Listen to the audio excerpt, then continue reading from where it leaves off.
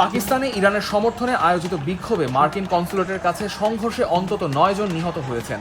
রোববার করাচি শহরে মার্কিন কনসুলেটের সামনে বিক্ষোভের সময় এই ঘটনা ঘটে। শনিবার তেহরানে যুক্তরাষ্ট্র ও ইসরায়েলের সমন্বিত বিমান হামলায় ইরানের সর্বোচ্চ নেতা আয়াতুল্লাহ আলী খামেনি নিহত হওয়ার পর করাচিতে বিক্ষোভ শুরু হয় বলে জানিয়েছে ডন। স্থানীয় একটি উদ্ধারকারী সংস্থার মুখপাত্র বার্তা সংস্থা এএফপিকে জানান, তারা করাচির সিভিল হাসপাতালে অন্তত 8 জনের মরদেহ পাঠিয়েছেন।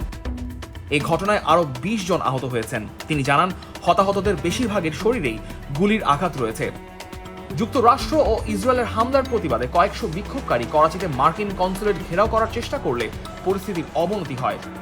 এক পর্যায়ে বিক্ষোভকারীদের সঙ্গে নিরাপত্তা রক্ষীদের সংঘর্ষ বেঁধে যায়।